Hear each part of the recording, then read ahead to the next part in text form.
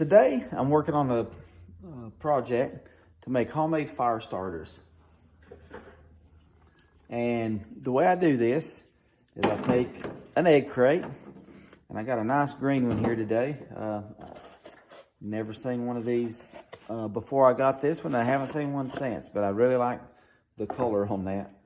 But normally I just use regular egg crates that you can get in the grocery store. You got to use the cardboard ones, but I use egg crates. I use melted wax, and I usually melt down candles and other items that are made out of wax around the house. And then I also use dryer lint to stuff into those egg cartons and then soak down with the wax. These fire starters are very handy.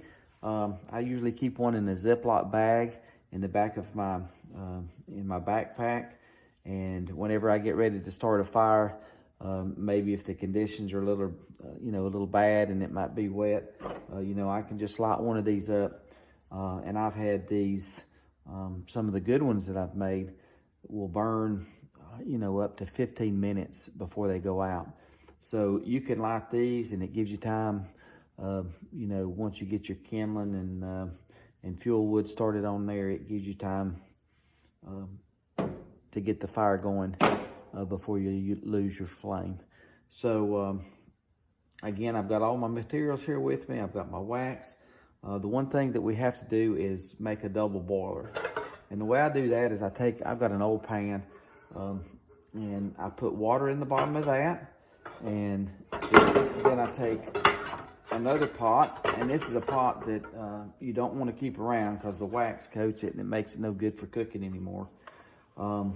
But that will set down in your other pot with the water around it, and when the water boils, it will heat that up, and that wax will melt, and so then you'll have liquefied wax that you can pour over your egg cartons. So I'm gonna get this started, and next video will be a little bit of the progress. All right, so I've got my water, and I've done this before, so I got a lot of wax already in there. But what you want to do is when you put the water in here, you want to put enough in there that your other pot will float, but you don't want so much in there that it will displace the water and have it roll, to come out the top. The other thing that you run into is, especially since I got that in there, is you want to make sure this is balanced because you don't want wax going over into the top. Okay, now that I've got my water in my pot and my wax in there, the next thing I'm going to do is I'm going to go ahead and light my fire. You can do this outside over a campfire. I just happen to be doing it inside today over a camp stove. It works really well. Can help to control that. And as you can see, in my inside pot, I've already got some wax, and I've got my cup in there. I don't know if you can see it, but there's a cup in there. That's what I use to dip the wax out after it's ready.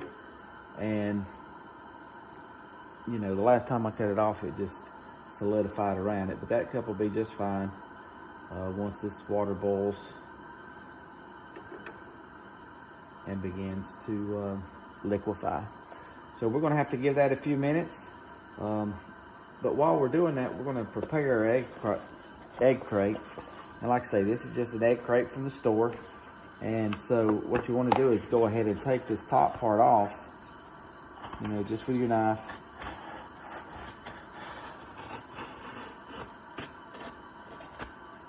You can cut that top off, and what I like to do is take the top and put it underneath when I'm making these.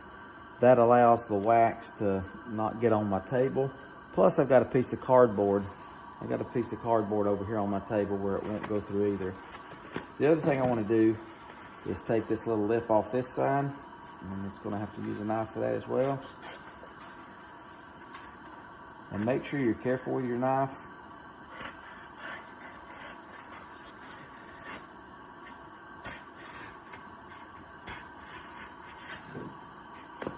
And of course, after cutting that with my knife, you know I'm gonna have to go sharpen my knife. So here's my setup. And then what I'll do is I'm gonna stuff each one of these cells just as tight as I can get them with my dryer lint. So here's my dryer lint. So I'm gonna, and you can see there's a lot of it, I'm gonna take and stuff that really, really tight. You don't want it to be loose. The tighter it is in there, the better it is, and the longer it will burn. So while my wax is melting, and while I finish packing these really tight, I'm going to pause the video and I'll start it back up when I get ready for the next step. Okay, I thought I'd show you how the double boiler is working. You've got the outside pot here with the water in it, and then you've got the inside pot. Keep the handle on the outside so it doesn't get too hot. Of course, I'll definitely use gloves to pick that up, but the cup on the inside, we've not quite started to melt yet, but that'll be coming along. I can show you over here. Here is the egg carton that I have packed full of the dryer lint. And one thing that I did on this is I took, just happened to be a rubber hand mallet, but I'm taking the handle into that and I'm actually using it to really compress this dryer lint into each cell on the egg crate. As I said, the tighter you can get that, the longer burn you'll get and the better burn you'll get. And when you put your wax on that, you're going to pour it on very slowly so that it seeps down through and just actually saturates every bit of the lint that's in there. So our wax is starting to melt, so as soon as it's ready, we'll crank back up and look at the rest of this. Okay, we got the wax still melting over here in the double boiler, and I've got the egg crate already prepared to get started pouring as soon as that's ready. But what I thought I'd do is take a couple of these old ones that I've done in the past. You can see they're packed full, and one other thing I like to see when I make these is you can see the outside of this egg crate. This is a natural color, and then this dark color is where the wax is completely saturated that. And so what I want to do now is just light a couple of these and let you see how well they work and how well they burn. So all you got to do is light the very edge of one of them and put it in the fire. At that point you can walk away, do whatever you need to do, because they're going to continue to stay burning. And once you get it lit,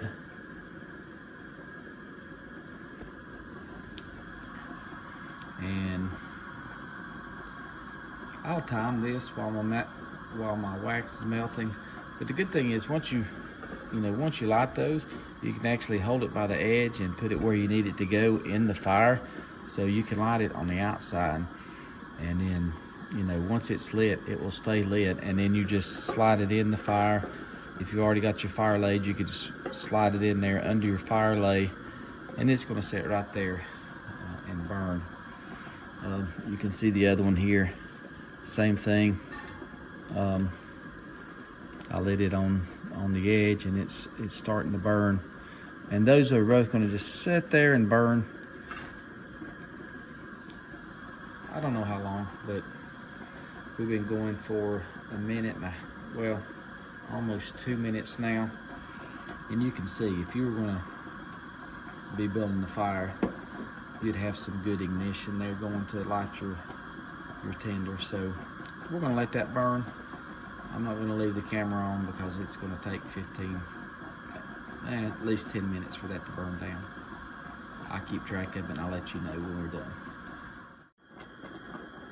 All right, we're 8 minutes in on this fire starter, and you can see both of them are still going really strong. So in 8 minutes, if you've not been able to get a fire going, you're in a lot of trouble. But this fire starter is still growing strong. 9 minutes now, so we'll continue to monitor that. But in the meantime, I was going to show you, you could look and see the wax that we've got in our double boiler is melting down really nicely. Still got a ways to go, but we're getting there. All right, just another check-in. We are right now at 13.5 minutes on these fire starters. You can see the one is starting to burn down a little bit more, and of course the other one here is still going fairly strong. And again, the one that's on the right there, you can see it was the less of the two to begin with, but it, you know, it's burning down, but it's not out, and now it's out. So, you know, it burned all the way down to the very end, and now I got the one on the left still going. We're probably getting near 14 minutes now. So as you can see, once you get these made, you've really got something that'll help you start your fires. So here we are, finally down at the very end of this fire starter.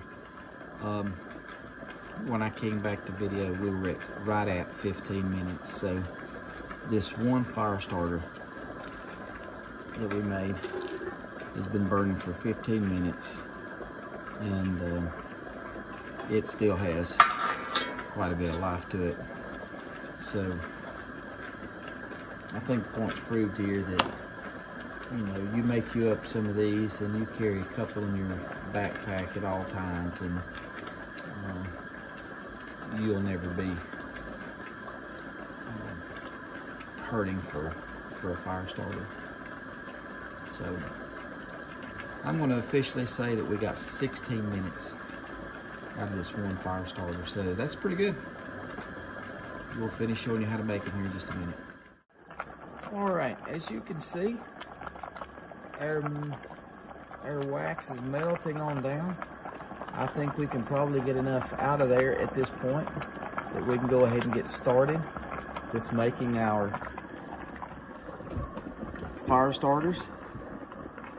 And as you can see over here, I've got my egg crate packed full. My cup came loose from inside the wax, so now I can reach in there. I'm using a plastic spoon so it does not get hot, but you can see the wax, it does melt to the outside of it. But this is just an old mess kit cup. Don't use the mess cup anymore, so I don't really need it, so I'm not worried about it getting wax coated. But what I'm going to do now is I am going to start dipping the wax out and slowly pouring it over my dryer lint, which is in my egg cartons.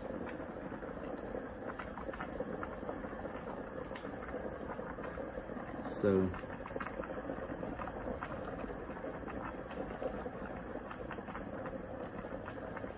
and it will take this a good 24 hours to dry and be ready for use.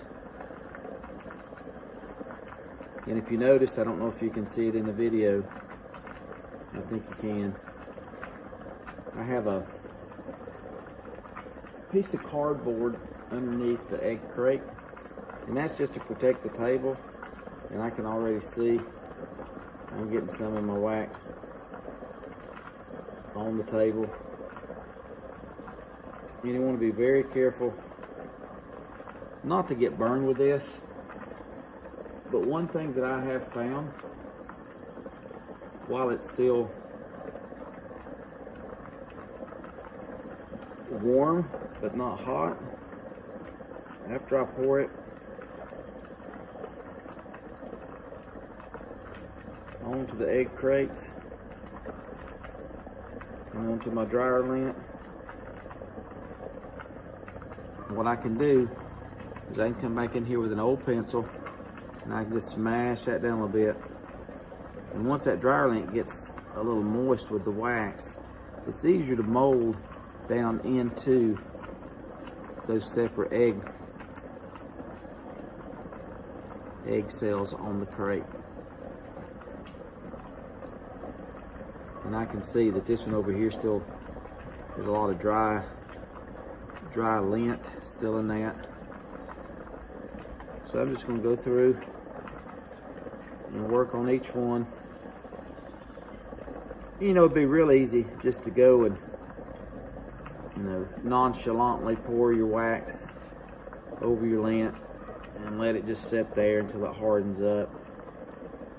But what happens when you do that? You don't get it packed well, they don't burn near as long. And I think, you know, in some of the early videos, you can see that, you know, just one of those cells will burn up to 15 minutes. And when you're out trying to start a fire, the longer you can keep your fire starter going, the better chance you've got of your fire actually igniting and being a good fire. So I know you might have seen some of my videos where I was doing the char cloth, and now we're doing this kind of fire starter. And so hopefully what you learn from that is when you take time to prepare before you go on your camping trip and before you get in trouble, you need to be able to start a fire in certain situations that you know, you'll be ready. And, you know, I have been trying over the years to be more and more lightweight in my backpacking, because the older I get, the less I want to carry. So little things like this, as we do this, these are going to be light because these will break up into just little single individual fire starters, and I'll carry 2 of those the most in my backpack. And if I use one, I'll go back and I'll put another one in. So all this wax that gets stuck to your fingers or gets stuck to the cardboard, I'll rake that up after a while, and I'll throw that back into the mix, into the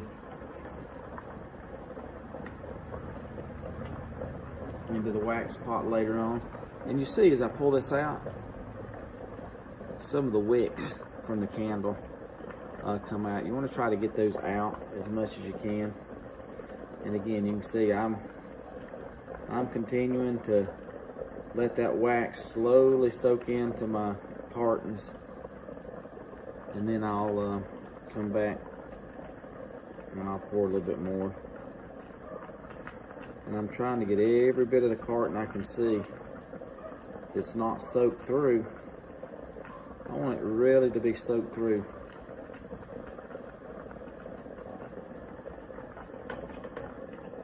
So it looks like at this point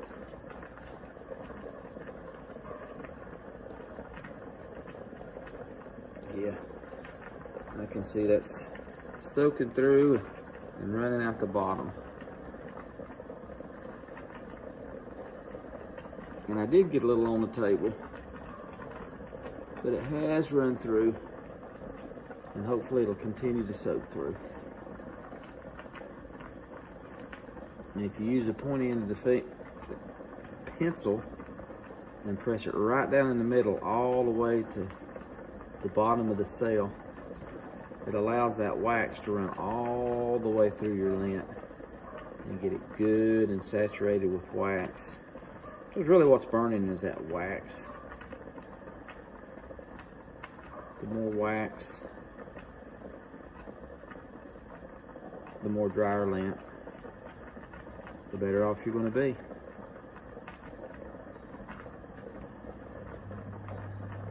So that's about it.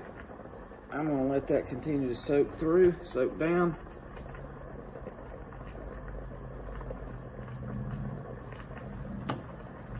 And it will be tomorrow that I will show you a short video of the finished product.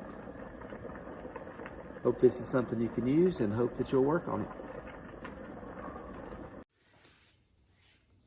So yesterday, I was working on the fire starters, and I said it would take about 24 hours for them to set up. So I'm back out here today to look at them, and this is the one that we did. You can see that all the wax is really hardened up, and I think we've got a really good product here for starting fires.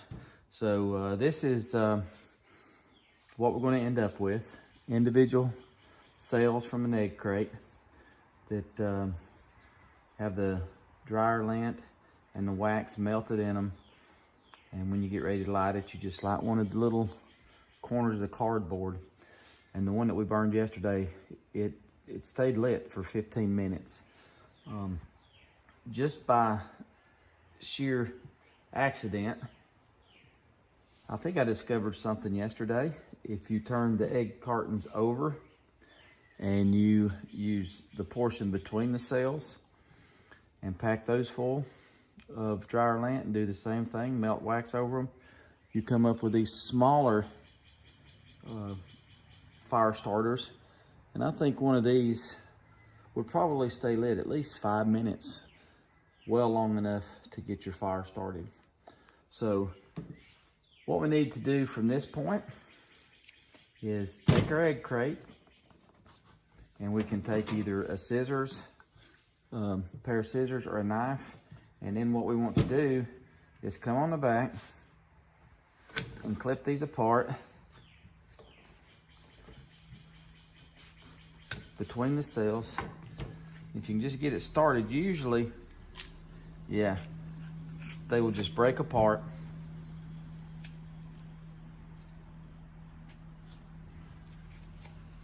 And as you can see, I have 2 different fire starters here.